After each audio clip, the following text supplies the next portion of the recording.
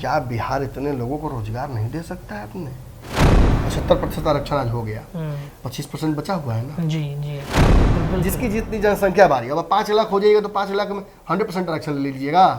Practical बात मैं कर रहा हूँ। आपके घर में 20 लोग, हमारे घर में 3 लोग, आप कहिएगा हमको आरक्षण दे दीजिए, तो ये संभव नहीं ना है। यादवों से नफरत होता अगर ब्राह्मणों को, तो सुदामा कृष्ण के हाथ थोड़े जाके बैठते हैं। नहीं बिल्कुल गरीबी में मर जाते लेकिन वहां जाते नहीं बिल्कुल। लालू यादव के काल आने के बाद, कांग्रेस के शासन बिहार में जब समाप्त हुआ, उसके बाद से पलायन बढ़ा है सवर्णों का। अब आरक्षण मिल गया ना, बड़ा अच्छा वो लड़का भी बोला था कि आरक्षण मिल गया सब लोग को, अब जाइए नौकरी कीजिए दिल्ली मुंबई में, रोटी का बेरोजगार कीजिए। नमस्कार, पंचनामा देख रहे हैं आप, जहां पे हम करेंगे खबरों की चीड़फाड़। लेकिन खबरों की चीड़फाड़ करने से पहले आप तमाम पंचनामा देखने वाले सभी दर्शकों का बहुत बहुत धन्यवाद।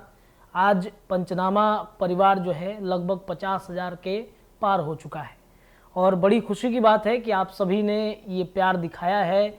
आप सभी के प्यार की वजह से एक मजबूती मिलती है पंचनामा में चीड़फाड़ करने के लिए। हमारे संपादक डॉक्टर नमन मिश्रा सर आप सभी के लिए स्पेशली लाते हैं और इस खबरों को चीड़फाड़ कैसे करना है, कैसे बिहार की राजनीति बदल रही है, समय समय पर करवट ले रही है, नीतीश कुमार आगे क्या फैसला ले सकते हैं, पार्टी के अंदर क्या चल रहा है, एनडीए क्या करेगा, तमाम विषयों पर चीड़फाड़ चलते रहता है और आप सब से बेहद पसंद करते हैं। और आज परिवार जो है काफ़ी बढ़ चुका है, तो जाहिर सी बात है कि परिवार बढ़ा है तो जिम्मेदारियां भी बढ़ जाएंगी।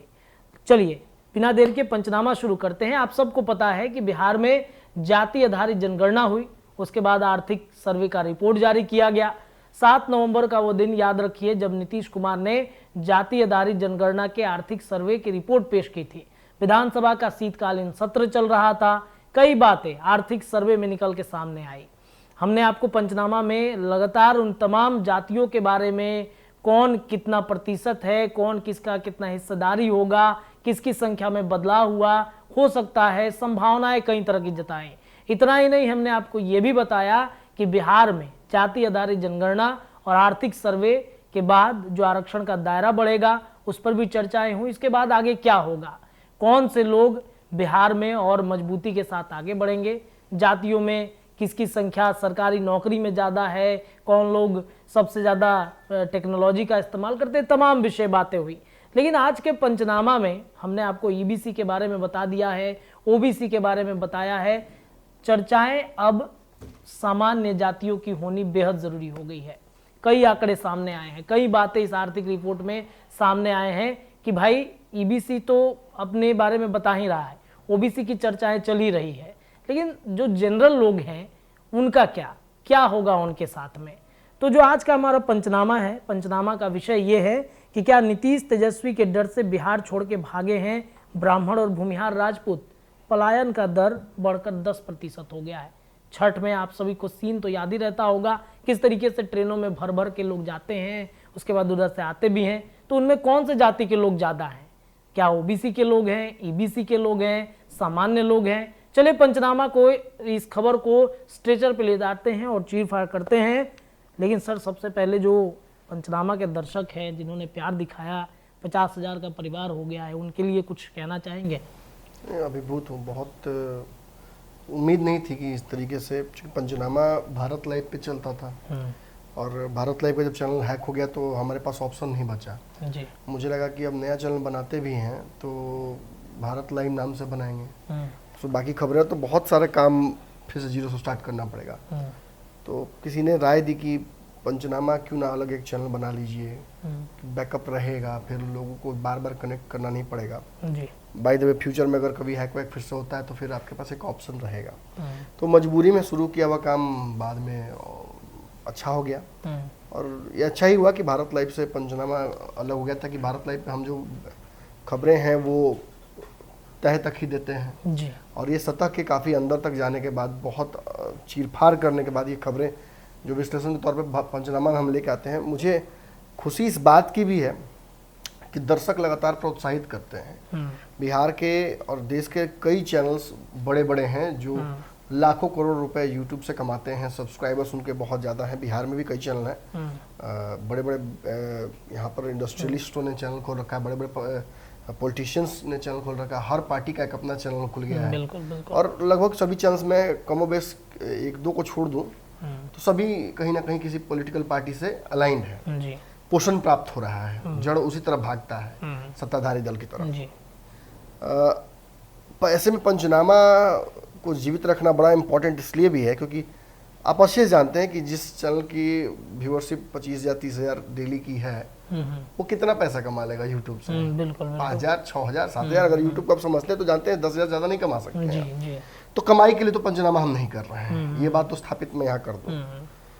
ये एक नशा मेरे लिए भी है जो सिस्टम और समाज के खिलाफ बिहार में जो एक जड़ता आ गई है उसके खिलाफ एक लड़ाई, जो एक पढ़ा लिखा इंजीनियर जो बिहार में मन से तो रहना चाहता है पर तन से रहना नहीं चाहता है, ये उसकी बात हो। कहीं ना कहीं इन्हीं चीज़ों पर आधारित होकर ये पंचनामा मेरा उद्गार था, मेरे गुस्से का इजहार था जो निकलता था, और धीरे धीरे इसका कारवां बढ़ा और भी लोग हमारे साथ जुड़ गए। अब 50,000 लोगों का तो काफिला ये बन चुका है और कई लोग और जुड़ने वाले मुझे पता है, और कई लोग ऐसे दर्शक हैं जो कि सब्सक्राइब तो नहीं किए हैं लेकिन देखते हैं खोज खोज के और फिर अपना चले जाते हैं, लुका छिपा के। देखिए मैं सच बोलता हूँ, मुझे जितने भी दर्शक हैं मैं सबको अपना परिवार का हिस्सा मानता हूँ, लेकिन किसी भी एक दर्शक के लिए मैं अपनी शैली नहीं बदलूंगा, मैं अपना तरीका नहीं बदलूंगा।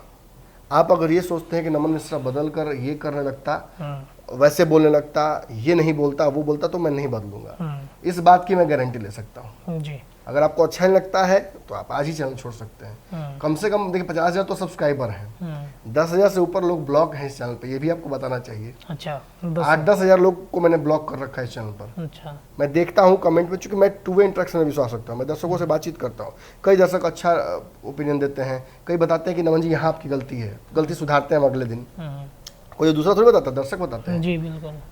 कई लोग प्रोत्साहित करते हुए इतनी बड़ी बड़ी बात रिसर्च करके लाते हैं कि सर आज आपने ये खबर की ना, 1 महीने बाद इस चैनल पे ये आदमी कर रहे थे, ये आदमी दावा करते हैं कि बिहार के सबसे बड़े पत्रकार हैं, और ये देखिए यहाँ पे आप सही हैं सर, यहाँ पे ये गलत हो गए। फिर यही दर्शक बताते हैं कि सर आप ये बोल तो रहे हैं लेकिन ये सही नहीं लग रहा है, मैंने आंकड़ा चेक किया तो आप गलत निकले सर, तो मैंने माफी मांगी है उसके लिए, फिर मैंने सही आंकड़े दिए हैं। एक तरीका है, शैली तो निश्चित तौर पर बदलेगी नहीं, लेकिन आंकड़े और इन चीज़ों में अगर गलतियां होती हैं तो मैं उसको सुधारने के लिए बिल्कुल तैयार हूँ।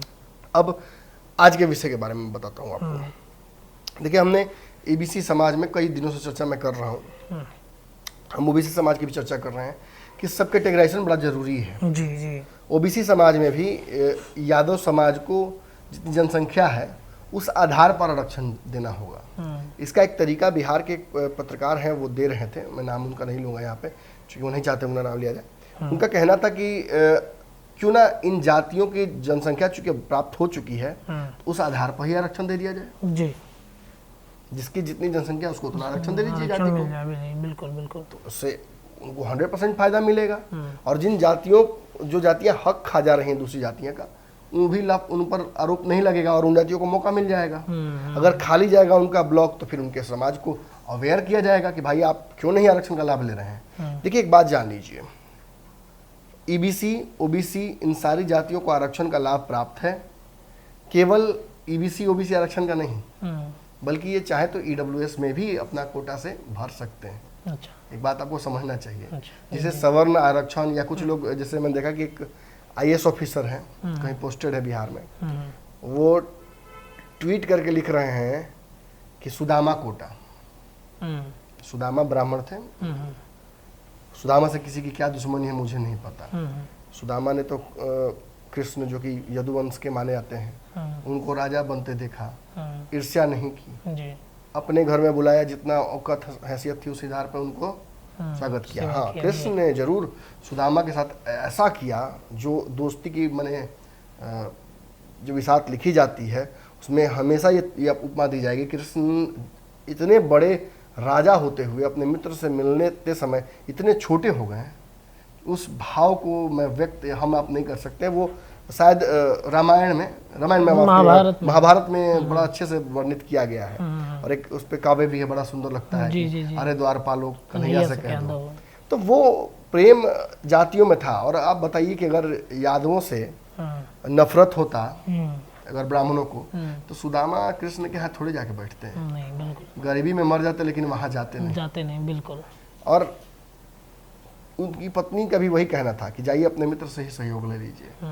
तो जब इतना प्रेम था तो आज इतनी कड़वाहट कैसे हुई? किसने किया? नेता ने किया। बिल्कुल, नेता ही किया ना जी।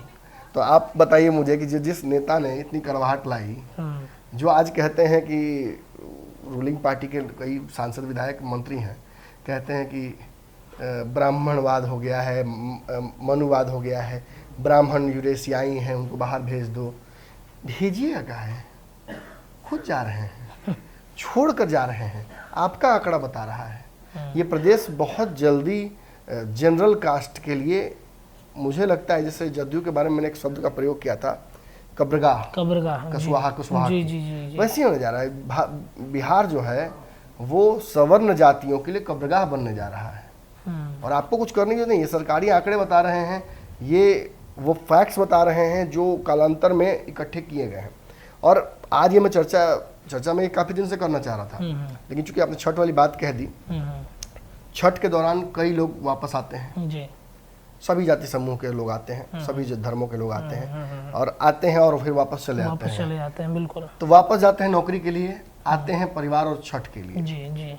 लेकिन जाते समय जब ये पलायन की संख्या देखी जाती है, जब ट्रेनों की भीड़ देखी जाती है, तो निश्चित तौर पर ये अंदर से झकझोरता है। क्या बिहार इतने लोगों को रोजगार नहीं दे सकता है अपने? इसी तरह से कोरोना में आए थे, इसी तरह से कोरोना में वापस भागे थे। शर्म तो आनी चाहिए सरकारों को। हम अगर शुरू करेंगे तो कांग्रेस की पहली सरकार से लेकर और आज तक नीतीश कुमार तक जाना चाहिए हमें, लेकिन कांग्रेस को केवल इसलिए बेनिफिट ऑफ डाउट दे देंगे क्योंकि जब भारत आज़ाद हुआ था तब बहुत कुछ तय नहीं था। तब कांग्रेस ने बिहार को संभाला था, देश को संभाला था। निश्चित तौर पर गलतियां सहियां उसमें होंगी। भारतीय क्रिकेट टीम 10 मैच लगातार जीत कर आई, अंतिम मैच हारी ना। हारना तो कोई खिलाड़ी चाहता नहीं होगा, सबने मेहनत की। बिल्कुल। मैं तो ये तक कहूंगा कि सूर्य कुमार यादव जो कि अच्छा नहीं खेल पाए, मैं श्रेयस अय्यर अच्छा नहीं खेल पाए, लेकिन प्रयास इन दोनों ने भी किया।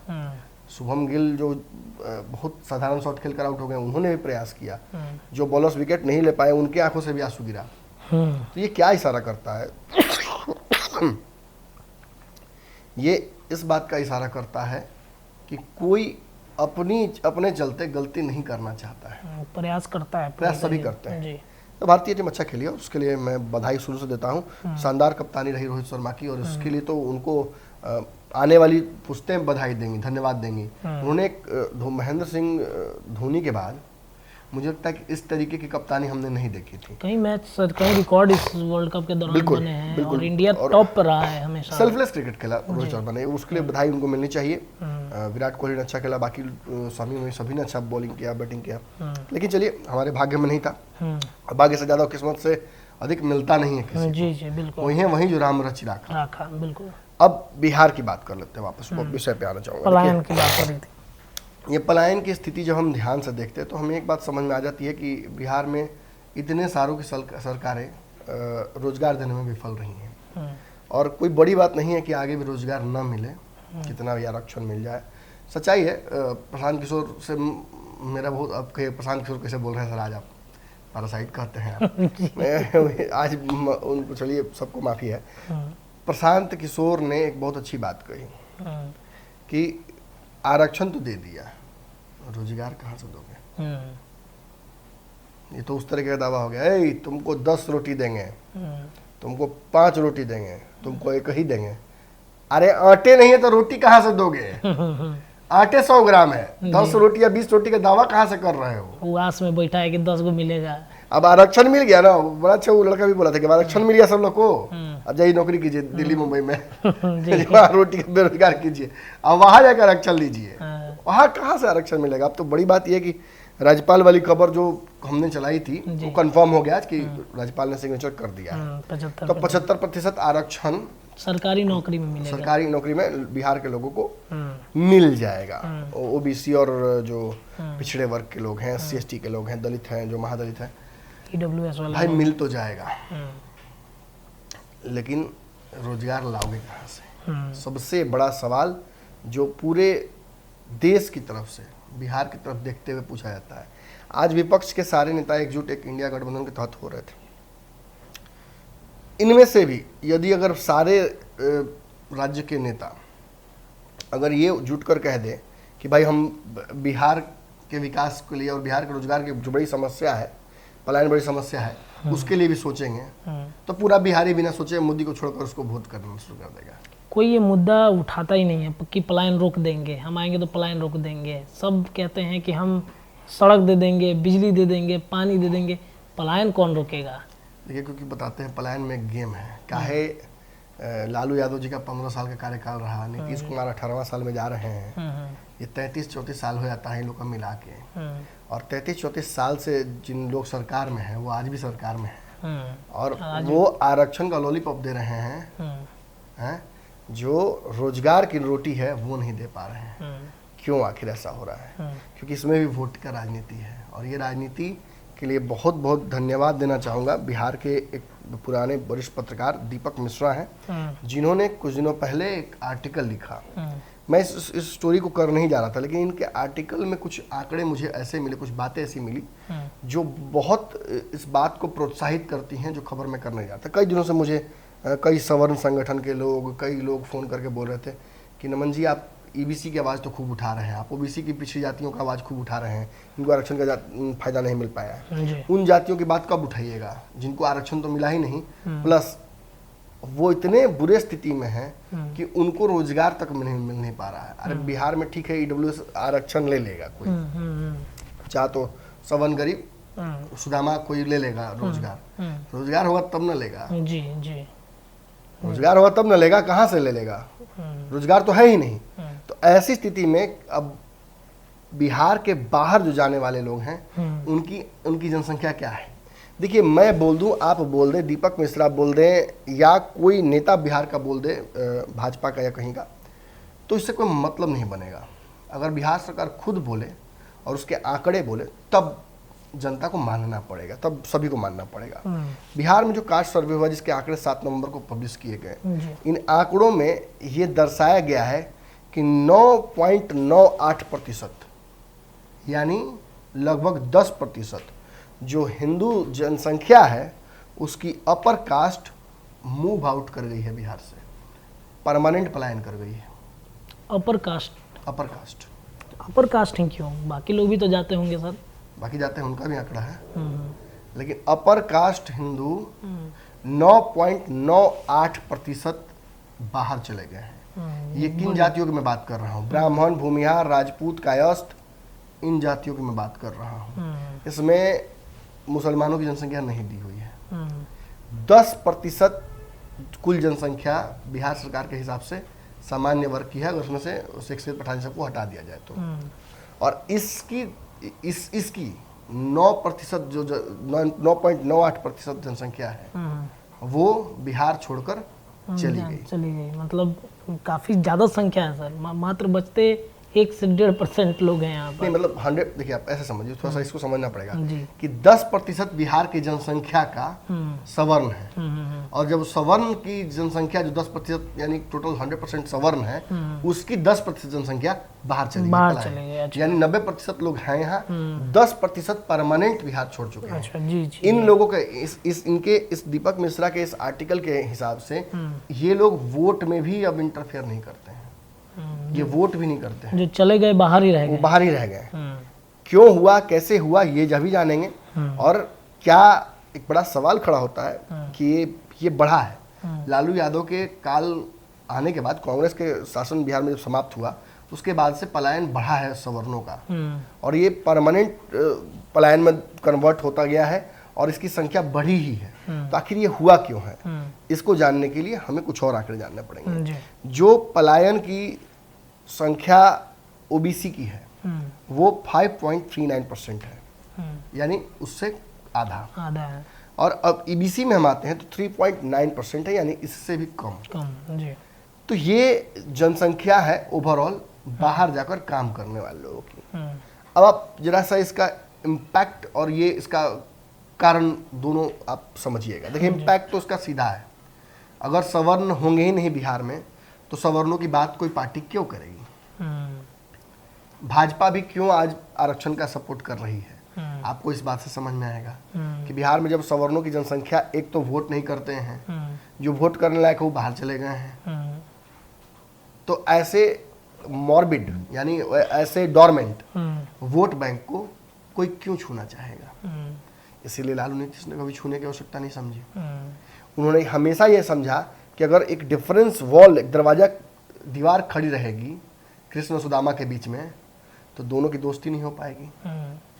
और वो द्वारपाल के सामने जाके कितना भी कहिएगा, अरे द्वारपाल हो, कन्हैया से कदो, कन्हैया कन्हैया भी जी हैं, कन्हैया अगर ध्यान निकल कन्हैया रिजर्वेशन में लागल पड़ेगा, अपन व्यवस्था अपने कला, तो वो दीवार जो है वो तो हमेशा खड़ी रहेगी।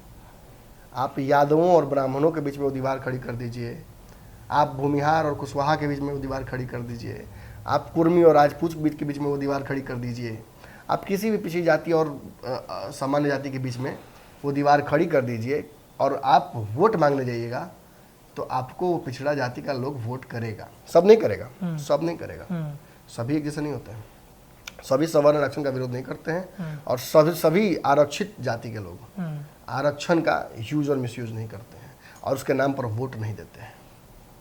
ये बात भी आपको समझ के चलनी पड़ेगी। सर एक सवाल ये चल रहा है कि जैसे आप बता रहे हैं कि वोट उतने लोग नहीं देते, जाके वहीं बस गए, वहीं के निवासी हो गए, वोट उन राज्यों के सरकारों को देते होंगे। तो ये सरकारें जो रही थी, चाहे लालू यादव का राज रहा, नीतीश कुमार का राज रहा, तो वो जो लगभग 8-9% के लोग जा रहे हैं बाहर में, तो उन लोग को क्या वापस नहीं बुलाया जा सकता है अपने वोट के लिए कि भाई इतना वोट तो हमारा खसक रहा है? आपको समझना पड़ेगा उसका कारण। मैंने तो इम्पैक्ट बता दिया कि इसका इम्पैक्ट क्या है। इसका इम्पैक्ट है कि चूंकि सवर्ण जातियां ज़्यादा पढ़ी लिखी हैं, तो आपको बिहार में बड़े उद्यमी नजर नहीं आएंगे।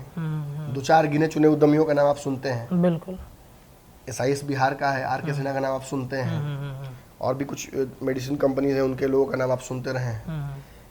तो ये साबित करता है कि जो पढ़ी लिखी जातियां हैं ट्रेडिशनली, वो तो बाहर माइग्रेट कर रही हैं। वर्तमान में भी सरकारें, चूंकि लालू यादव के बाद फिर आ गया नीतीश कुमार का, और आपने देखा है जिस तरीके से नीतीश कुमार लुभाने की कोशिश करते हैं, आप तो दोनों साथ में, तो दोनों लुभाने की कोशिश कर रहे हैं। एक बड़ा हिस्सा बैकवर्ड पॉपुलेशन का, वोट बैंक का आरक्षण भी बढ़ा रहे हैं, तो फिर से मैसेज तो वही जा रहा है सवर्णों को, और अब ये बढ़ेगा बाहर जाने का। आप भी अपने आसपास के लोगों से बातचीत करते हो, हम भी अनफॉर्मली जब बात करते हैं, बिल्कुल बिल्कुल, तो कई सवर्ण जाति के जब नेता आते हैं तो कहते हैं हम तो अब अपने बच्चे को बाहर ही पढ़ाएंगे, अब बिहार में रखेंगे नहीं, और हम भी फिर बाद में चले जाएंगे, अब बच्चों को बिहार लाना ही नहीं है। देखिए, जिस वक्त हम ये बातचीत कर रहे हैं, आपको समझना होगा कि हर घर से एक व्यक्ति बाहर रहता है। मेरा भी भाई यहाँ पटना बिहार में नहीं है, वो तो इंडिया में ही नहीं है, वो तो इंडिया छोड़ के चला गया कब, बहुत पहले से ही। 12-13 सालों से मेरा भाई बहरीन में है, और बहरीन में ही छठ बना रहा है, वही सब कुछ कर रहा है, वो पूजा पाठ। लेकिन क्यों आखिर ऐसा करना पड़ा? देखिए, शुरुआती ही मेंटालिटी यही रही कि हमारे पास ना तो वैसी व्यवस्था हो पाएगी जीवन यापन की, हम क्वालिटी ऑफ लाइफ नहीं एंजॉय कर पाएंगे जो बाहर में है, वो यहाँ कभी नहीं होगा। हम हमेशा यहाँ जातियों में लड़ते रहेंगे, आरक्षण के लिए लड़ेंगे, कभी दो, कभी लो, कभी छीनो, कभी घींचो, यही चलेगा। कभी हिंदू, कभी मुस्लिम, यही होता रहेगा। तो एक इस कारण से यहाँ से चले जाते हैं। इस शुरुआत कहाँ से हुई जानना बहुत जरूरी है। बड़ा अच्छा उन्होंने लिखा भी है, और फिर मेरे भी कुछ इसमें इनपुट्स हैं। 1970 के आसपास के जो टाइम फ्रेम था बिहार का, उसमें हाई एजुकेशन का स्तर बिहार में गिरना शुरू हुआ। लालू यादव के आने के बाद का ये कारण है। दीपक मिश्रा कहते हैं अपने आर्टिकल के माध्यम से कि इस वक्त ये एजुकेशन सिस्टम जो था वो थोड़ा चरमराया बिहार का। जो एक बड़ी संस्कृति थी बिहार की, कि बाहर के देशों से लोग आके बिहार में पढ़ते थे। नालंदा विश्वविद्यालय जो था वो सभी के लिए था। तो इसका इम्पैक्ट तो कहीं ना कहीं हम ये अंदाज़ा लगा सकते हैं कि अगर बिहार से जनरल कास्ट के लोग ज़्यादा पलायन करेंगे, और ये बढ़ेगा ही, क्योंकि एक उम्मीद थी। देखिए, मैं अपनी तरफ से नहीं बोल रहा हूँ, ये सवर्णों की मेंटालिटी जो है वो आगे मैं बताऊंगा क्या कैसे आखिर किस आधार पर। इसमें दीपक मिश्रा का जो रिसर्च है, जो सीनियर जर्नलिस्ट है, उनका है स्टोरी। फिर इसमें जो डॉक्टर आशीष दास गुप्ता जो कि पटना यूनिवर्सिटी के सोशियोलॉजी के प्रोफेसर हैं, उनकी बात भी रखी हुई हैं। इसमें जहानाबाद के पूर्व जो MP हैं अरुण कुमार, उनकी बातें भी रखी गई हैं। तो ये एक मिक्सचर है ये बताने के लिए कि आखिर ये जातियां बिहार से भाग क्यों रही हैं। बहुत सारे कारण हो सकते हैं, लेकिन इसके इम्पैक्ट्स क्या पड़ेंगे, इसके रिपरकशंस क्या होंगे, वो जानना जरूरी है पहले। जी। देखिए, सबसे पहले तो वोटिंग राइट सवर्णों का घटता जाएगा। सवर्ण उतनी बड़ी तादाद में नहीं रहेंगे तो फिर उनके वोट का कोई मतलब नहीं रहेगा। जातियां उनके पीछे, पार्टियां उनके पीछे नहीं भागेंगी। जी। भाजपा जैसी पार्टी भी सवर्णों के खिलाफ अगर कहा जाए, आरक्षण का अगर बढ़ाने का दायरा आया है बिल, तो उसके पक्ष में क्यों रही? उसे पता है कि बहुत बड़ा सवर्णों का वोट बैंक नहीं है, बहुत प्रभावी नहीं है। एक समय था कि राजपूत और भूमिहार लोग कहते थे कि राजपूत का एक बच्चा खड़ा हो जाएगा, भूमिहार का एक बच्चा खड़ा हो जाएगा तो 10 गो के वोट दिलवा देगा। अब वो नहीं होता है। लालू यादव के बाद के काल में जो नीतीश कुमार का एक काल था, उसमें भी कुछ हिस्सा अगर छोड़ दिया जाए तो ये पूर्णतः ओबीसी का ही शासन था। और ओबीसी के शासन में अपनी कुर्सी बचाए रखने के लिए नेताओं को भी करना पड़ा वही कि कोई ओबीसी को सपोर्ट करने वाली स्कीम ला रहा है, कोई आरक्षण बढ़ाने की बात कर रहा है, कोई कुछ कर रहा है। सवर्णों का इससे बहुत घाटा नुकसान किसी ने नहीं किया, लेकिन फायदा भी बहुत नहीं हुआ है। ऐसा एक बड़ी सवर्ण जाति जो बिहार की है, उसकी जनसंख्या कागज पे वोटिंग के हिसाब से बहुत कम नजर आती है। जी। तो कोई आखिर उनके पीछे क्यों भागे? और इसकी स्थिति आप एनालाइज करना चाहते हैं तो इस बात से कीजिए कि जो कांग्रेस सवर्णों के वोट पर राज करके सरकार बनाती थी आसानी से, वो कहाँ फेंका गई है अब? लालू यादव ने उनसे समाप्त किया, अब लालू यादव ही उसे पालन पोषण करके बड़ा कर रहे हैं। वो पूरी तरीके से गायब है। पूरी तरह से ये साबित करता है कि आगे चल के भी राहत सवर्णों को मिलने वाली नहीं है। जो नेता सवर्णों के हैं फिलहाल, जी। आप देख लीजिए, चाहे ब्राह्मण समाज के हो, भूमिहार समाज के, राजपूत समाज के हो, वो बहुत अपने समाज के बारे में सोचते नहीं हैं। सभी परिवार के बारे में सोचते हैं। सभी के बच्चे अक्सर बाहर ही पढ़ते हैं। आप जाके चेक कर लीजिए। बिल्कुल। और बाहर से पढ़ के बैरिस्ट्री करके जब कहीं किसी काम लायक नहीं रहेंगे तो वापस लाकर बिहार की राजनीति में फिर ठोक जाता है अपनी जाति के ऊपर। आप क्या कीजिएगा? आप मजबूर रहिएगा, आपको तो मतलब अब झेलना ही है उनको। और वो कोई बहुत बड़ा रिफॉर्म करने बिहार में नहीं आए हैं। अलग अलग पार्टियों की जो रणनीति है विभाजन की, कोई जाति के आधार पर, कोई धर्म के आधार पर, उसी का ढाक के 3 पात करते आपको नजर आएंगे आगे। तो आखिर हमने तो ये जान लिया कि आखिर इसके कारण क्या है। शुरुआत बड़े इन्वेस्टर्स जो हैं या बड़े उद्योगपति हैं या बड़े अगर बिजनेसमैन हैं जो बिहार के बाहर चले गए हैं, वो बिहार में इन्वेस्ट करने से कतराते हैं। अब कई नाम है, मैं नाम लेके यहाँ से किसी को महिमा मंडल या करना नहीं चाहता हूँ। कहाँ से शुरू हुआ? 1970 के आसपास ये शुरू हुआ, जब हायर एजुकेशन का स्तर बिहार में गिरने लगा, जैसा कि मैं बता रहा था। और जो आशीष गुप्ता हैं, जो फॉर्मर प्रोफेसर हैं जो पटना यूनिवर्सिटी के, वो दावा करते हैं कि जेपी मूवमेंट के बाद दरअसल हुआ क्या कि एक फेज शिफ्ट बिहार की राजनीति में आया। पढ़ाई की जगह जो यूनिवर्सिटीज और जो कॉलेजेस हैं वो राजनीति का अखाड़ा बन गई। सभी जातियां इसका फायदा उठाना चाहती थी और देश में सवर्णों के खिलाफ एक माहौल जो बना आरक्षण के आने के बाद या आरक्षण के विरोध होने के बाद, या एक पूरा माहौल जो बन रहा था उस समय, आपको याद होगा कि उसी वक्त आरक्षण लागू करने के लिए वीपी सिंह वाला मॉडल जो आया, मॉडल कमीशन आया, तो उससे आरक्षित जातियों में ये मैसेज गया कि हमें आरक्षण के लिए लड़ते रहना होगा, वरना ये छीन लेंगे। और जो अनारक्षित जातियां हैं उनको लगा कि हमारा ये हकमारी करता है। तो एक पॉलिटिकल डिवाइड ड्यू टू आरक्षण क्रिएट हुआ, जो कि जाति और धर्म से बड़ा हो गया। और इसका फायदा शुरुआत में जेपी ने उठाया। मतलब जेपी को तो बहुत फायदा नहीं हुआ, जेपी ने तो आंदोलन शुरू किया, लेकिन जेपी के चेलों को बहुत हुआ। लालू, नीतीश, इन्होंने इसका फायदा उठाया।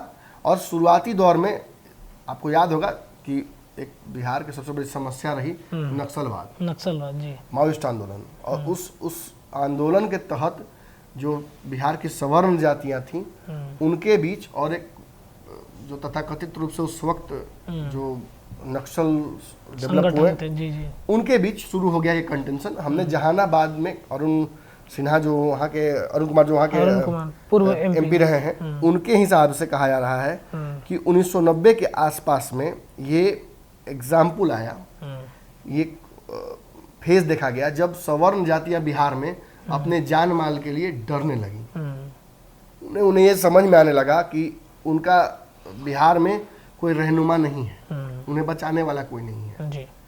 ऐसी स्थिति में जो फेज हुआ, एग्जाम्पल भी वो देते हैं कि बड़े बड़े ताले खरीद के लोग अपने घरों में लगाने लगे। जहानाबाद में एक बड़ी जनसंख्या खाली करके चली गई जहानाबाद को, वो फिर वापस ही नहीं लौटी। आज भी कई घरों में बताते हैं कि वो बड़ा बड़ा ताला लटका हुआ है।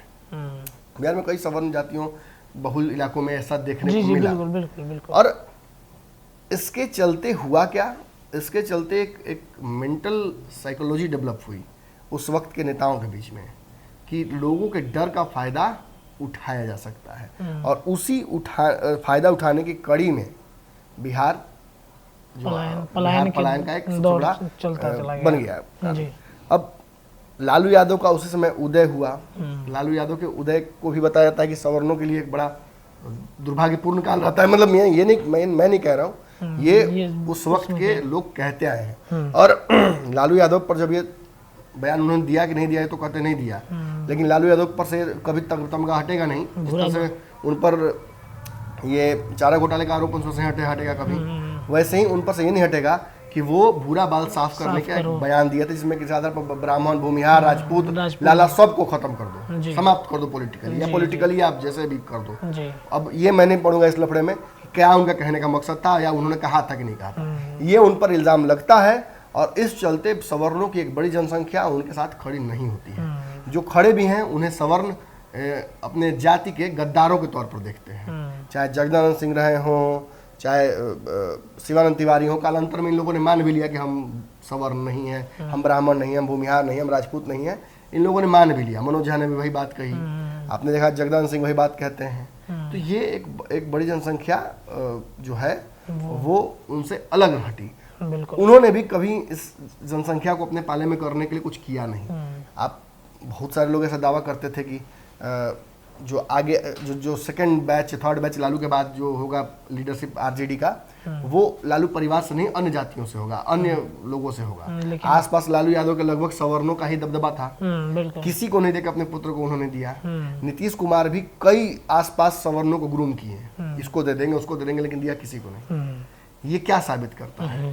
ये साबित करता है कि निश्चित तौर पर इन नेताओं पर भी दबाव था कि वो सवर्णों की तरफ बहुत ना देखें, कि उनको पहले से था, पहले से पता है कि ये लोग पलायन कर जा रहे हैं। लालू यादव पर अगर यादववाद का लगता है आरोप, तो नीतीश कुमार पर कुर्मिस्तान बनाने का आरोप लगता है। ये लगता रहा है। और अब चूंकि अब स्पष्ट हो गया कि 10% जो आबादी हिंदुओं की है वो माइग्रेट कर गई है परमानेंट, और पलायन का एक बड़ा हिस्सा उन्हीं का है। जो आते भी हैं वो रहते नहीं हैं, उनका वोटिंग का अधिकार भी बहुत नहीं रहा। तो इसके कारण क्या है? आखिर पलायन किया तो क्यों किया? केवल लालू और नीतीश के डर से तो भाग नहीं जाएंगे, ये कहना बहुत गलत होगा।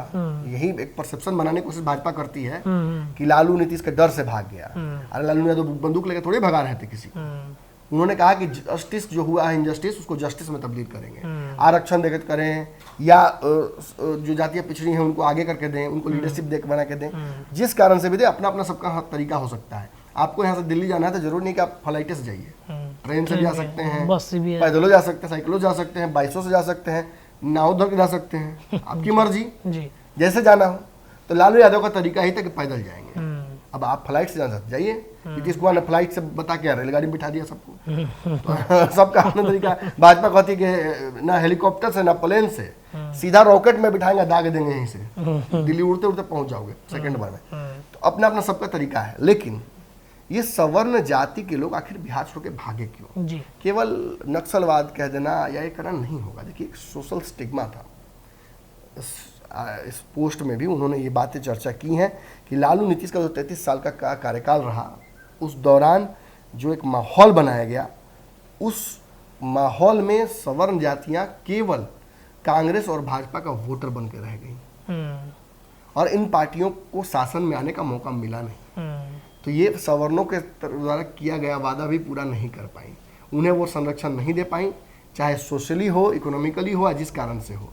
एक तथाकथित रूप से लालू यादव के समय में कार्यकाल आया जिसको तथाकथित रूप से ही अब जंगलवाद कहा है, जंगल राज। अब जंगल राज नीतीश भी कहते हैं, भाजपा भी कहती है, जो लालू से अलग हट जाता है वो भी कहता है जी। लालू नहीं मानते, तेजस्वी नहीं मानते, राज्य के लोग नहीं मानते। इस दौरान कहा था कि बहुत का दो लोगों को उठा के उद्योगपतियों को बहुत सारा तारण किया गया उस समय। तो अब अपहरण उद्योग था, लेवी था, वसूली था, रंगदारी था, क्या था ये तो नहीं पता। आंकड़े तो यही कहते हैं लेकिन जंगल राजो तथाकथित रूप से थोपा गया लालू यादव के ऊपर, ये सवर्णों में सबसे बड़ा डर का कारण बना। अब देखिए, चूंकि आरक्षण तो मिल गई, नौकरियां तब भी थी नहीं, जी। तो आरक्षित जातियों को कुछ नौकरियां तो मिल जाती थी, लेकिन अनारक्षित जातियों के पास प्राइवेट नौकरी का ऑप्शन बचता था। अब प्राइवेट नौकरी में बिहार में उतनी बड़ी फैक्ट्रियां नहीं है कि आपको इंजीनियर की नौकरी मिल जाए। मैं खुद बिहार आया था, तो मैं अपनी कहानी कई बार बता चुका हूँ आपको कि मैं तो बहुत बाद में आया था। मैं तो 6-7 में, मतलब 4-5 में मैं गया था बिहार छोड़कर पढ़ाई करने, और मैंने पढ़ाई भी की, इंजीनियरिंग भी की, नौकरी भी करने लगा। और नौकरी करने के बाद जब मेरे दादाजी की तबीयत खराब हुई तो बिहार आने का मतलब अवसर बना। भाई तक निकल चुका था बाहर, दोनों में से एक आदमी को निकल जाना था तुरंत बाहर, एक आदमी को बाद में जाना था। तो बिहार जब मैं आया वापस, तो मुझे 6-7 में मैं वापस आया था। वापस आने के बाद मैं रहने नहीं आया था, मैं आया था कि मैंने देख लेता हूँ दादाजी की तबीयत ठीक हो तो वापस चले जाऊँगा। उस दौरान वो गुजर गए, दबाव पड़ गया बहुत ज़्यादा, परिवार में अकेले पड़ गए पिताजी, तो उस कारण से मुझे रुकना पड़ गया कुछ दिन। अब रुकने के कारण नौकरी तो छूट ही गई, विप्रो की नौकरी छूट गई, यहाँ अवसर खोजने के लिए मजबूर कर दिया गया। यहाँ मैं 1.5 साल घुमा हूँ। अच्छा, और नौकरी के लिए? हाँ, 1.5 साल में घुमा हूँ नौकरी के लिए। योग्यता सबको पसंद आई, योग्यता लायक नौकरी किसी के पास नहीं थी। खुद ही मैं किसी कुछ लोगों का नाम नहीं लेना चाहता हूँ कि बहुत लोग बहुत प्रोत्साहित भी किया, बहुत लोगों ने कहा कि गलत फंस गए हो, वापस चले जाओ, झारखंड ही चले जाओ, लेकिन बिहार में मत रहो। तब पत्रकारिता का एक जुनून था अंदर में, तो बात किया घर वालों से मैंने कि यहाँ जब सिस्टम है ही नहीं तो सिस्टम को बदला जाए, अपने लिए नहीं तो कम से कम अपने आने वाली जनरेशन के लिए रास्ता निकाला जाए। जी जी, और मैं केवल सवर्णों के लिए बात नहीं कर रहा हूँ, मैं सबकी बात कर रहा हूँ, सबके लिए एक लेवलाइजर सब पलायन कर रहे हैं ना, सब पलायन कर सब रहे पलायन हैं। कर रहे हैं। तो पत्रकारिता के माध्यम से इस सिस्टम बदलने का एक जुनून चढ़ा, और उसके बाद फिर मैंने डिजिटल जर्नलिज्म की शुरुआत की बिहार में, और फिर एक बड़ा हिस्सा हमने इस अध्याय में लिखा डिजिटल जर्नलिज्म में। खैर ये तो जरूर कहूँगा कि हमने अपना रास्ता खोज लिया, लेकिन सभी के पास ना तो परिवार का उतना सहयोग है, ना सभी के पास उतनी स्किल्स हैं कि वो नए, अब जरूरी नहीं था कि मैं सफल ही होता, हो सकता है कि 5-10 साल मेहनत करने, आप तो बेहतर जानते हैं क्योंकि आप शुरुआती दौर में मेरे साथ थे, रहते हैं, क्योंकि आप 8वां साल मेरा आपका ये साथ में बीत रहा है, तो आप तो बेहतर जानते हैं कि हम कितना स्ट्रगल कर रहे थे शुरुआती दौर में। हमारे पास कोई रेवेन्यू मॉडल नहीं था, यूट्यूब फेसबुक से पैसे नहीं आते थे, तो कितना मुश्किल हुआ हमें शुरुआती दौर में इसको स्टेब्लिश करना। और एक समय आया था जब लगा कि अब ये सब छोड़ना पड़ जाएगा, पत्रकारिता में कोई स्कोप नहीं है, कुछ बदल भी नहीं रहा है, लेकिन धीरे धीरे सोशल मीडिया मजबूत हुई और फिर हमने बहुत कुछ बदला भी, डिजिटली बहुत स्ट्रांग हुआ पूरे और फिर देश भर में। हमारे बातों का इम्पैक्ट हुआ। फिर पंचनामा हो गया, पंचनामा होने के बाद तो ये समझ में आ गया, एक बड़े हिस्से ने जो डिजिटल पत्रकारों को पत्रकार मानते ही नहीं थे, सीनियर पत्रकार वो भी आज एकरे में रोटी सेकते हैं, सेकते ही नहीं, छीनते हैं रोटी, नए पत्रकारों की रोटी डिजिटल में छीनते हैं आकर। जो उस समय कहते थे ये मोबाइल वाले नीचे करो मोबाइल, बड़ा बड़ा कैमरा हमारा है, वो अब मोबाइल लेके घूमते दौड़ते मार्केट में खुद नजर आते हैं। खैर अच्छी बात है, वक्त सबसे बड़ा लेवलाइजर होता है, लेकिन विषय पे वापस आना चाहूंगा। तो उस दौर में जब 7-8 में भी नौकरियां उस तरह की नहीं थी, हाँ बाद में फिर सिस्टम कुछ बदला, कुछ नौकरियां आने लगी, कुछ कंपनियां बड़ी आई, कई कंपनियां भाग भी गई, इसका भी फर्स्ट हैंड एक्सपीरियंस मैंने देखा है, कई कंपनियों को बिहार से रैप करके अपना काम भागते भी देखा है। तो ये एक बात स्थापित हो गई कि बिहार में 2 तरह की नौकरियां आपको नहीं मिलेंगी, एक तो बड़ी फैक्ट्रियों में लाखों लेबर एक साथ काम करने वाले नहीं दिखेंगे जी। दूसरा आपको छोटी कंपनियों में बड़े कर्मचारी नहीं दिखेंगे, बड़े पे स्केल वाले नहीं दिखेंगे जी। ये 2 चीजें बिहार में नहीं दिखेंगी। सीमित स्केल वाले लोग को रखा जाता है, 10,000, 15,000, 20,000 तक की तनख्वाह काफी थी, उससे अधिक उस वक्त सोचने का कोई मतलब ही नहीं बनता था। लोगों को बाहर अगर 50 रुपए की नौकरी मिलती थी और बिहार में 15,000 की मिल जाती थी तो मानते थे कि चलिए ठीक है मिल गया, काफी है, घर में ज्यादा नहीं हो, घर में मिल रहा होगा भी तो करेंगे क्या, कौन सा डोमिनोज का पिज्जा खरीद के खाने को मिलेगा, कौन सा मॉल में जाके हम सिनेमा देखने वाले हैं, घर ही में रहना है ना, 15,000 में सातु नेनुआ हो जाएगी, लोग यही सोचते थे। और फिर धीरे धीरे नीतीश कुमार के कार्यकाल में चीजें बहुत बदली, नीतीश ने बहुत बदलाव लाया, लेकिन सबसे बड़ी चुनौती नीतीश कुमार के लिए यही रही कि जिस वोट बैंक को साधना है उसे कैसे रोके रहे, उसे साधे कैसे रहे। सवर्ण नीतीश कुमार से धीरे धीरे इतनी नफरत करने लगे, इस नीतीश कुमार के बदले हुए रवैये के, नीतीश बदले तो सवर्णों का उनसे प्रेम खत्म हुआ और फिर नफरत शुरू हुआ। और आज नीतीश कुमार कहीं ना कहीं ये बात मानते हैं, जानते भी हैं उनकी पार्टी के लोग, सवर्णों की बड़ी जनसंख्या उनके हाथ से निकल चुकी है, तो लालू यादव के उदय के बाद जो भूमिहार, ब्राह्मण, राजपूत, लाला, ये जातियाँ थोड़ी उनकी बेचैनी बढ़ी, अपने कंफर्ट जोन से बाहर निकले, तो उसका जो प्रतिफल हुआ वो यही हुआ कि जो इनमें से बड़ी जातियाँ थीं वो उठकर बाहर चली गई। देखिए ट्रेडिशनली आप जानते हैं कि शिक्षा का जो प्रसार था वो प्रसार इसलिए नहीं कि शिक्षकों ने घुसने से मना कर दिया था दलितों महादलितों को स्कूल से। एक्चुअली ट्रेंड था कि कौन जाति ज़्यादा शिक्षा की ओर झुकान रखती है, कौन नहीं रखती है। बहुत सारी जातियाँ हैं जिनकी जनसंख्या बहुत ज़्यादा है, एक ही परिवार में 20-20 लोग हैं, शिक्षा अफोर्ड भी नहीं कर सकते हैं। उन्हें लगता है कि जो पढ़ने में समय बर्बाद करेगा उससे बढ़िया आज से ही काम करने लगेगा। बिल्कुल, तो इन चीज़ों से साई अवे नहीं करना चाहिए, समाज की हकीकत है। आज भी आप देखते हैं कई जगहों पर हम सुनते हैं तो नीतीश कुमार सदन में तो जनसंख्या नियंत्रण को लेकर प्रैक्टिकल हो जाते हैं, लेकिन जब भाजपा कहती है कि हम जनसंख्या नियंत्रण का कानून लाएंगे तो नीतीश कुमार कहते हैं इसकी जरूरत क्या है, हम तो सिखा ही दिए हैं कैसे करना है, इसकी जरूरत क्या है आप? जी, ये बेशर्मी है, ये राजनीति की बेशर्मी कहा जाता है इसको। और निश्चित तौर पर इस देश में जनसंख्या नियंत्रण लागू होना चाहिए।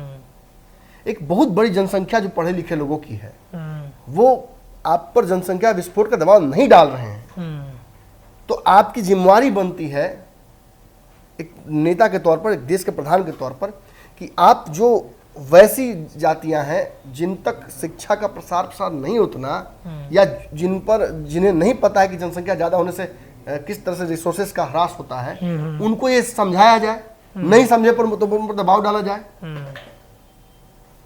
चाहिए ना है, बिल्कुल, बिल्कुल। जिसकी जितनी जनसंख्या बारी, अब 5 लाख हो जाएगा तो 5 लाख में 100% आरक्षण ले लीजिएगा। प्रैक्टिकल बात मैं कर रहा हूँ। आपके घर में 20 लोग, हमारे घर में 3 लोग, आप कहिए हमको आरक्षण दे दीजिए, तो ये संभव नहीं ना है।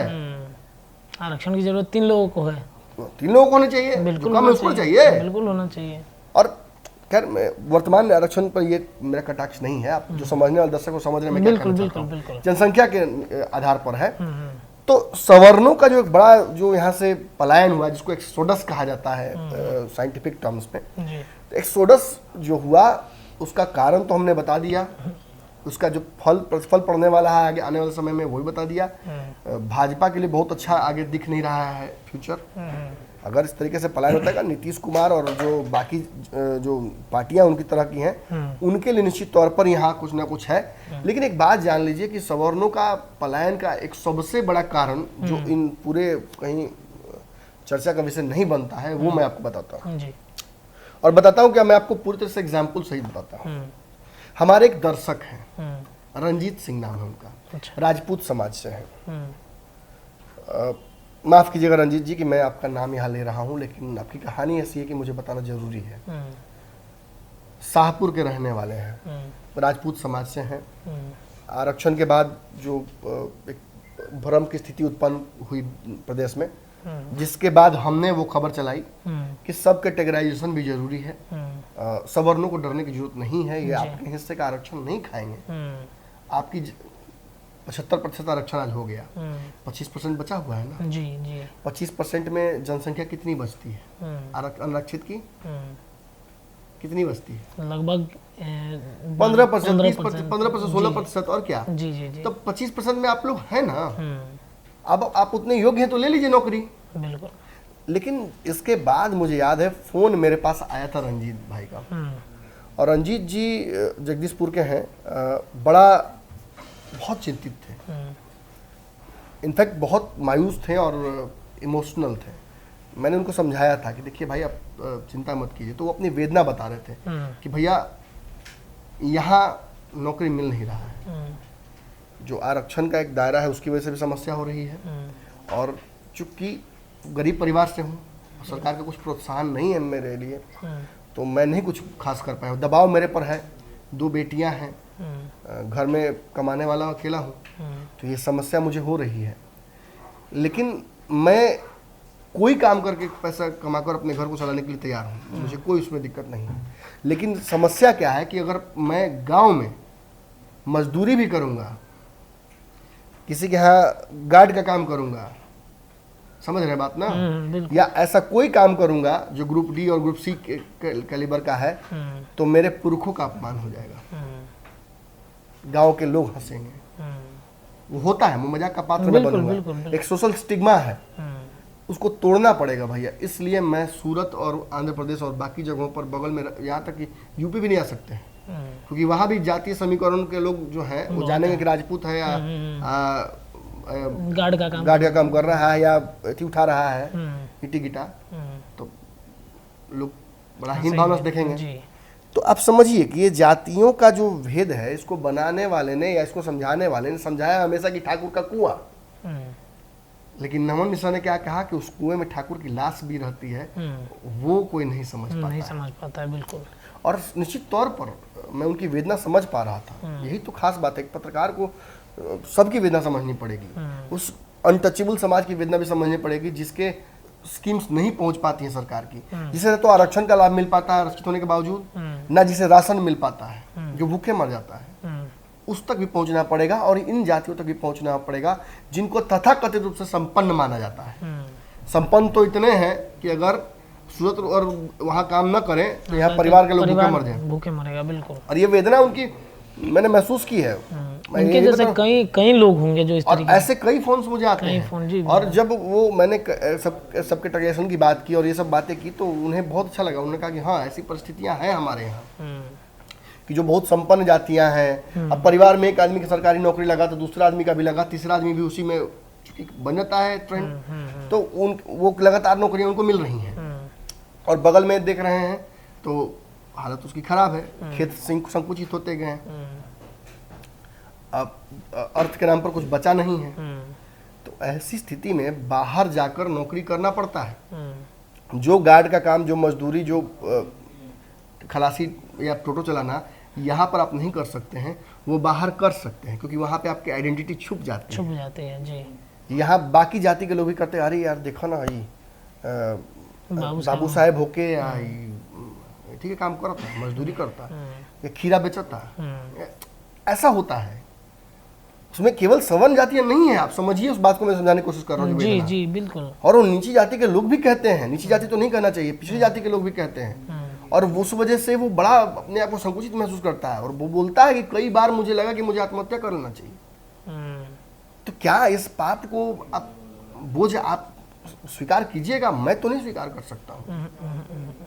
तो इसलिए जरूरी है कि सभी की बात करना, सबका आवाज उठाना, उस दलित का, गरीब का भी आवाज उठाना जिसको लोग अनटचेबल समझते हैं आज भी, उस मुस्लिम की आवाज भी उठाना जिसके घर में भोजन तक कोई नहीं करेगा, जिसका छुआ हुआ खाना कोई नहीं खाएगा, जिसे भारत जीत जाए तो लोग देखेंगे कि पटाखा मत फोड़ दो, जिसे देशद्रोही समझेंगे।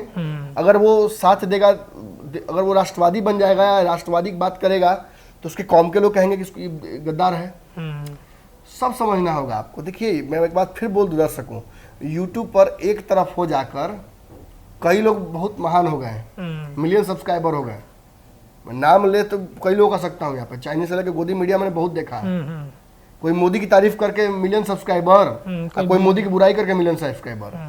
हम बीच वाले हैं, हम दोनों की बात करते हैं। तो हम सबसे कम लोग अब तक 50 लाख 5 लाख 10 लाख लोग पहुंच जाता है, हम 50,000 पहुंचे। लेकिन यही तो बात है कि ये 5,000 और 50,000 जो लोग हैं, इनकी ताकत और इनकी व्यूअरशिप का मजा ही अलग है। बिल्कुल बिल्कुल। तो कहीं ना कहीं देखिए यही बात है। अब एक भ्रम फैलाने की कोशिश की जाती है, एक माहौल भी बन रहा था।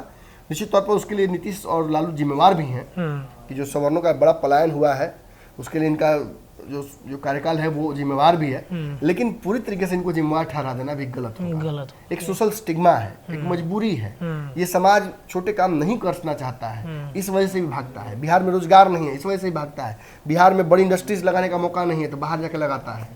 मैं बिहार के कई पॉलिटिशियंस को जानता हूँ बड़े जाति के, जिनकी कंपनियां बाहर में हैं। बिल्कुल, उनके बेटे बेटी बाहर में रोजगार दे रहे हैं लोगों को। अरे छोड़िए ना, नौकरी करना बाहर अलग बात है, बिजनेस तक बाहर लगाए हुए हैं और बाहर के लोग बिजनेस कर रहे हैं, उनके नौकरी कर रहे हैं, हमारे यहाँ के लोग नहीं। फ्लाइट से जाते हैं मेंटेन करने के लिए। यही तो बात है। चलिए, तो कहीं ना कहीं बिहार में अगर पलायन की स्थितियां देखा जाए तो सब जाति के लोग तो हैं, लेकिन जो एक जनरल कैटेगरी के लोग हैं उनका भी डाटा आया है जो काफ़ी चौंका देने वाला था, जिस पर हमारे संपादक नमन मिश्रा सर ने चीरफाड़ किया है कि कारण क्या है, क्यों वो पलायन करते हैं।